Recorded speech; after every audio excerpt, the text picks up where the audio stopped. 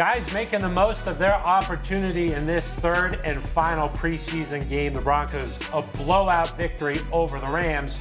The Broncos postgame show starts right now.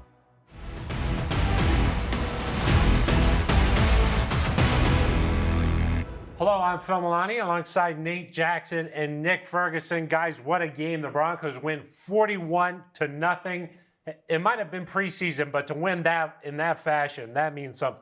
It's got to feel good for this team to put points on the board. I mean, 41 points, no matter when you score. I know the starters weren't playing, but it's still Sean Payton's scheme, right? These are players who are going to be on the team. They are going to be playing significant minutes when starters go down or somebody gets tired. This was a great win for the Broncos and a goose egg. Yeah. 41-0. I know Nick likes the defense putting it on. Yeah, absolutely. I think if you go back in history books, this hasn't happened for the Broncos since 1996. Putting up a 40-burger on a team. And here's the crazy thing about it. If you watch practice all week long, the narrative was that the Rams were getting after the Broncos. But the only thing that matters at the end of the day is the game itself. And the Broncos showed up, even like Nate said, even with the backups, man, you got to really love this. Yeah, this came after 2 days of joint practices, so these two teams knew each other a little bit. Let's check out the highlights here. The Broncos wearing white at home for the first time in 20 years brought them some good fortune. Opening drive, who else? Jaleel McLaughlin, his 4th TD of the preseason. Jarrett Stidham was 6 for 6 on that opening drive. Kept it going on the second possession here. Look at the speed from Marvin Mims. And Jarrett Stidham, yeah, he took one right there. Ouch. He'd be okay, though. And the defensive star of the preseason, Essang Bassey, a 3rd interception of the preseason, 1 in each game. The ensuing drive there, Albert Okwuegbunam. We'll have a lot more on him coming up later. The TD grab there, 8 from 8 yards out. The Broncos were just rolling. They go on to win 41-0. Let's go out to Empower Field at Mile High and check in with Eric Dalala and Sydney Jones. Thanks, Phil. It was a great return home here at Empower Field at Mile High as the Broncos finish off the preseason with a win. And Eric, we got to start by talking about this defense because they're a huge reason for that. You know, shut out the Rams here tonight. What did you like about what they were able to do? Yeah, everything. You know, a couple of turnovers. You saw Essang Bassey have another interception his 3rd of the preseason. Drew Sanders got one, nearly took it all the way back. The run defense was good. There weren't the same sort of coverage mix-ups that there maybe had been late in games. They closed it out there at the end, kept the shutout going, which you'll like to see. And I just think Vance Joseph talked this week about, hey, let's start fast, let's set the tone, let's be dominant from the beginning. That's what they did. Yeah, and you know, we've heard Sean Payton talk all training camp and preseason about how important it is to win here in the preseason. If you look at what the offense did tonight, put up 41 points, total of 494 yards. I mean, they got it done. Yeah, we'd take that on September 10th, right? Yes, 100%. It looked great. I mean, Jarrett Stidham obviously had a really effective first half. Was able to sling the ball around. The Broncos ran the football well. They were good in the red zone. I think 4 of 4 in goal-to-go situations. So converting on opportunities, that's always big in the National Football League. And yeah, I mean, we'll have to see what it looks like when the regular season comes around. But tonight, this is what you hope for. Yeah, and a lot of key playmakers on offense tonight. Eric, you know, tight end Albert Okwuegbunam, Little Jordan Humphrey, Brandon Johnson, Marvin Mims. I mean, we saw a lot of them get some action. Yeah, absolutely. Albert O made a strong case for himself. Yep. More than 100 yards, had a touchdown. I like how he did it in different ways, too. He had a kind of a one-handed grab. He had a contested catch, was able to make some of the wide-open plays as well. Yeah. And then Marvin Mims, he shows you what that speed can do. I don't know if he was down or not on that play, but he still got the 50-yard gain and shows his speed there, how that can stress a defense. And the wide receivers said that was something I was looking at ahead of this game with what's going on with Jerry Jeudy, and they were able to step up. I think people should feel a little bit better. Definitely. Yep. It was great to be in front of Broncos country as well tonight. We'll be in the locker room in a few minutes, so until then, Phil, we'll send it back to you. Thank you very much, guys. We're back here in studio with Nate Jackson and Nick Ferguson. Guys, Jarrett Stidham, he's the backup quarterback, but he looked pretty sharp tonight. Jarrett Stidham looked sharp, and he took a lot of grief over the last, 3 or 4 weeks, and training camp didn't look very sharp. The first game didn't look very sharp either, but found some rhythm. I think he threw for over 200 yards, right? Yeah, 17 of 28, 236 yards in one half. Yeah, he didn't even play the whole game. Yeah. And he did that in one half, took that big shot. Like you said, you like to see your quarterbacks are tough. can handle a big shot and get back in the game, and he did just that. I think we feel pretty good about our backup quarterback going into this season. You know, before this game, I was rooting for Ben DiNucci to get the start in his third preseason game because I thought he got the short end of the stick in San Francisco, but Stidham got the start. But Stidham came out knowing as though Russ wasn't playing, and he took advantage of his opportunity. You watched him, like Nate said, he stood in the pocket, he took the shot, still delivered the throw down the field, and then, once again, his mobility outside the pocket. It goes back to Sean Payton's scheme. He wants his quarterbacks to be mobile.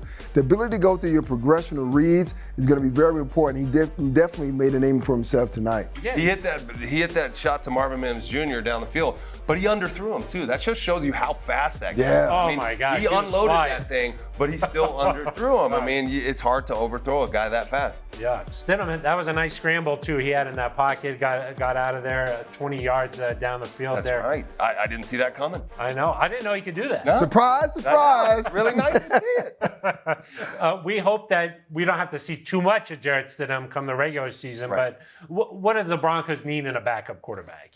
They need someone who can operate the offense, who is not going to shrink the playbook when they go in there. Someone who's going to protect the lead or be able to, dial in the quick pass game, run the play action pass successfully, and hold on to the ball. Not make any big mistakes that are going to turn the game for you, because the last thing you need when a backup goes in there is to try to play hero ball, end up throwing a costly pick. So that's what the Broncos need in a backup quarterback. More importantly, it comes out to efficiency, efficiency, efficiency. You want that backup quarterback to come in and don't turn the ball over, play to the defense, and be able to execute the game plan just as well as the starter definitely would. But he definitely solidified that number 2 quarterback spot. Interestingly, though, how are they going to keep 3 on the 53 man? Ben DiNucci played well as well. I mean, Brock Purdy was the number 3 quarterback last year for the 49ers. You never know how a season's going to unfold. The more depth, the better. It's just going to be interesting to see how many quarterbacks they keep on the roster. Yeah, if you keep that third one on the roster, you can have him as an emergency guy on game day. Doesn't count against your jerseys there. So, yeah, some tough decisions that the Broncos will have to make here over the next couple of days. Let's hear from the Broncos head coach after the game. It's always difficult this time of year. That hadn't changed really in 16 years for me. So I typically meet with every player, and I was on the other side of that 4 times. And pretty soon, my mom said, "You need to start coaching or doing something else." I think the dream for so many of these guys is still alive, even if it's not here. To credit the players, a lot of guys will make this challenging with their efforts tonight, during the week, really, and even last week. So it's always difficult. One of the tough decisions the Broncos are going to have to make over the next couple of days is Albert O. I mean, this guy knew he was going to be facing some pressure tonight and just came out and delivered. Albert Okwuegbunam has struggled putting his hand in the dirt and trying to block. And I've been there. I've made a transition from wide receiver to tight end. I know how hard it is to block those dudes when you really just want to be split out, running down the field, catching passes. It can occupy your mind in a way that takes you away from your power as a pass receiver. He's clearly been consumed by that challenge that he's had, and he seems to finally be rounding into form. Over 100 yards receiving tonight, a touchdown, look comfortable running that rock. I'm just really happy for that young man, and you got to think he's going to make the team after that. Well, we don't know for sure, but based what on do you think, Nick? it's not up to me. But if it were up to me, I would say yes. He checked all the boxes, and even blocking, which was probably one of the biggest issues and knocks on Albert Okwuegbunam, is his ability to block. But he checked all those boxes. For me, it was a one-hand grab. And I know when we were in practice, all week, a couple of weeks ago, it was like, Albert, oh no, but it's like, Albert, oh yes. Of course, man. Nate's feeling me right now. I mean, for a guy, once again, who struggled with the old previous coaching staff, to know that you have a new opportunity with a new coaching staff that gives you a clean slate, he went out and he took advantage of it. And oh, by the way, he had a great week of practice, and Sean Payton talked about it at the podium. Albert, that's another one that we're hearing tonight. I like that. Yeah, 7 catches, 109 yards, and a touchdown. What do you think it's going to come down to for him? Because we know he could do what he did tonight. I mean, we've seen him make those big plays, the touchdowns, that kind of thing. But if he wants to make this team, he's going to have to play special teams, right? He will, and it's really a numbers game now because Jerry Jeudy, his injury is going to affect how you construct this roster. Are you keeping 5 receivers? Are you keeping 6? Are you keeping 4 tight ends? Are you keeping 5? You got to think if they keep 5 tight ends, he's on the team. If they keep 4, is he on the team? Is Nate Atkins going to make it over him? What do you do there? I think really you hit the nail on the head there. Can he play special teams? Can he cover kickoffs? Can he make tackles? Can he protect on punt and then cover punts and make tackles? Can he hold men up on the line of scrimmage on punt return and run with them and prevent them from making tackles? You know how it is on special teams. As a tight end, you're not going to have 4 tight ends in a game all catching passes. If you're suiting up for a game, and Greg Dulcich is there as well, and he's a favorite of Sean Payton, so Alberto is going to have to play special teams. You mentioned the name of Greg Dulcich. Greg Dulcich is not going to play too many special teams. So you need someone to put in those particular places, and maybe you can find a role for Alberto to give him some time. But based on how he played tonight, how he practiced this week, he definitely deserves a spot on this roster. It says something that the pressure was on him to deliver tonight, and he went out there and had a huge game. Well, Phil, he understands that his football life is on the line.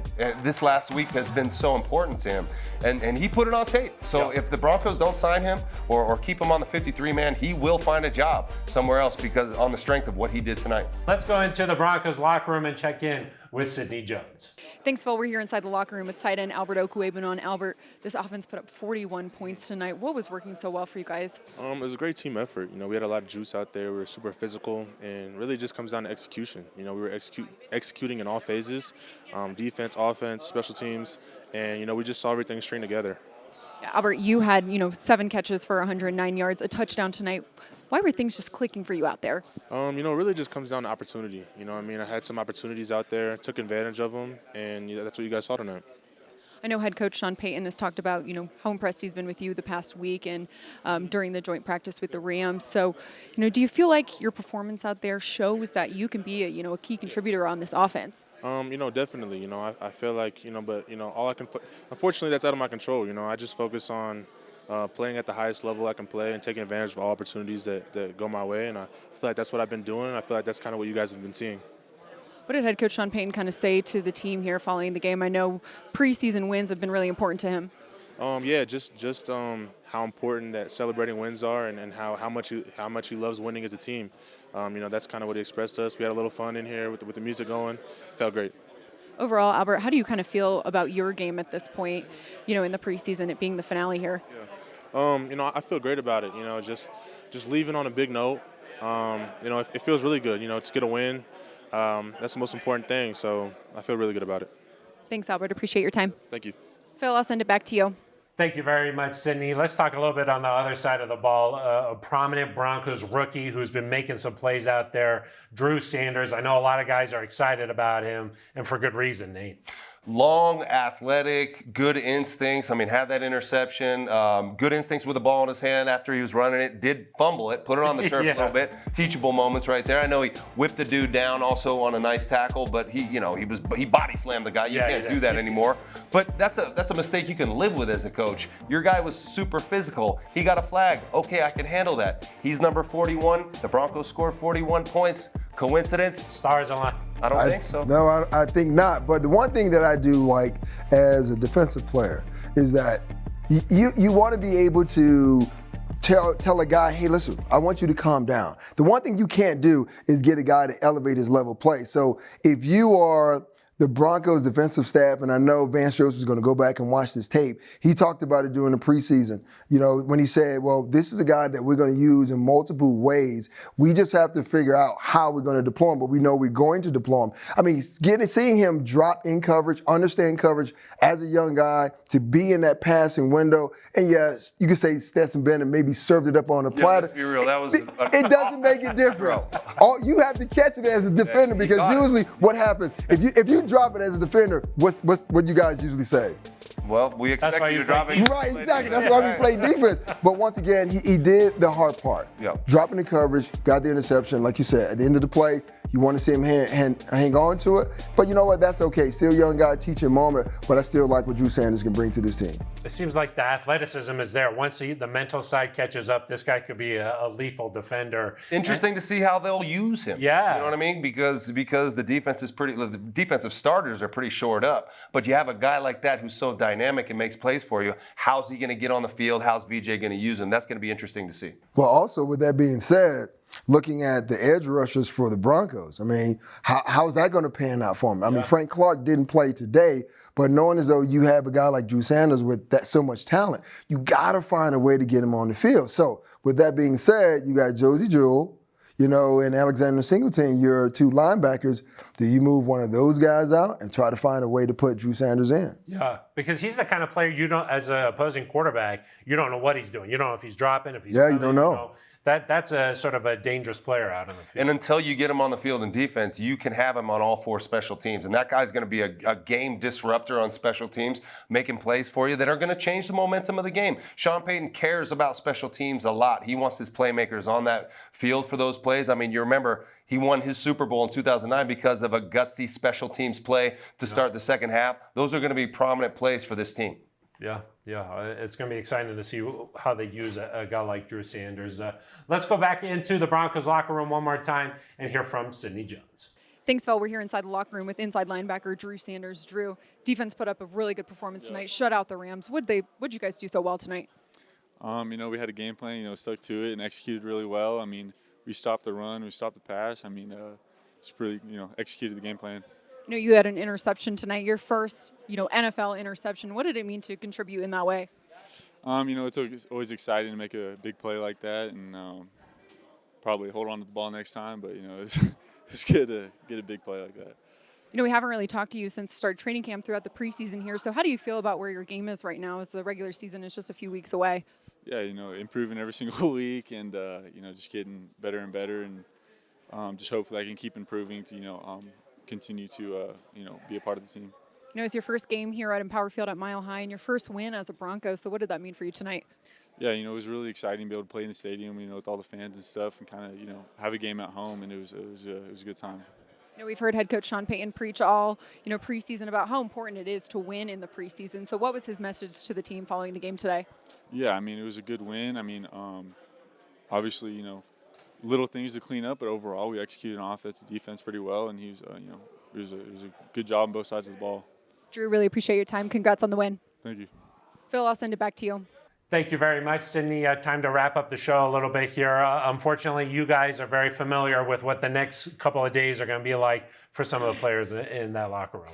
Yeah, I played 6 years. Pretty much every one of those years I was on the bubble, as they say. So I was, watching that phone the next day and hoping it didn't ring. And if it was the facility, then you're picking it up. And, the one time I did get a call from the facility, they told me to come here and they were going to put me on the practice squad. So it's not always bad when you get a call from the facility. Some of these guys, 16 of them are going to end up on the practice squad. Now, they may pluck guys from other teams to be part of the practice squad, but it's nerve-wracking. You put your heart and your soul into this. For some of those guys, they'll never play football again.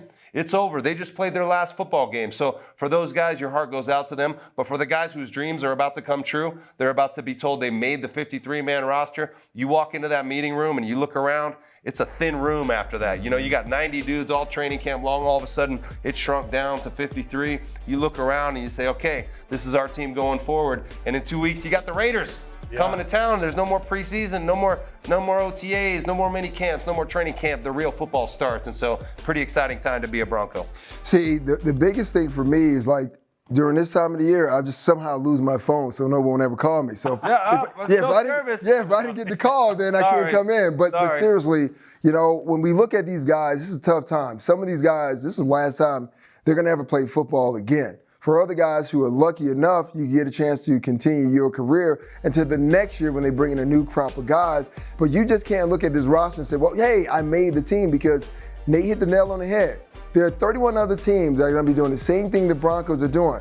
you have to hope that you did enough, not just to beat the guys out on this roster, but the guys out on other rosters, because we're going to see some guys who play well, and they're going to have to make some tough decisions, and they're going to bring in some other guys who we haven't seen. So it's going to be a tough time, but a lot of these guys, man, they played their heart out. You know, my prayers are with them, and hopefully they make this team. Yeah, Phil, every once in a while, a guy makes the team, you think you made it, you're into that first week of the regular season, and you get a tap on the shoulder on a Wednesday or Thursday, and they're bringing in somebody else, and they let you go. So imagine, and there's nothing more devastating than that. So you hold your breath until basically that first game, and it's 2 whole weeks away, and a lot can happen in 2 weeks. Yeah. There's like different guys in different positions too, because there's some like guys who are wide receivers who played in this league a while. Yeah. They're hoping to hang on, and then there's other guys who this was their first taste of it, and they're hoping, like a Jaleel McLaughlin. You know, like he probably made this team. You know, safe to say that, but you know, he's just excited that he's about to continue this and start the process. And a lot of times you say, hey, it's safe to say he made it. He could get cut. Yeah, we don't know what these coaches are thinking and what the way they're going to construct this roster. Jerry Jeudy is injured. How long is he going to be out? That actually contributes to how they got to compose this roster. Yeah, exactly. And the ripple effect can have a casualty at a different position group. Well, speaking of that, it will affect the offensive line, because usually when teams need more offensive linemen, the first place they take it from the skilled position. So with Jeudy being out, it's definitely going to change the dynamics as far as how you look at this roster and how you build it. If you're a lineman, let's just say you can only do one particular position, most likely you're going to be on your way out, because it's the guy who's versatile, who can do a multitude of things, and they can only have to pay you one check. They like that guy. They like that guy. Yeah. Yeah. So sort of a nerve-wracking next few days for a lot of these guys, but also some dreams are going to be coming true for some of these guys. So, but the news tonight, the Broncos get the victory over the Rams, 41-0. That's going to do it for us. For Nick Ferguson and Nate Jackson, I am Phil Milani. This has been the Broncos Postgame Show.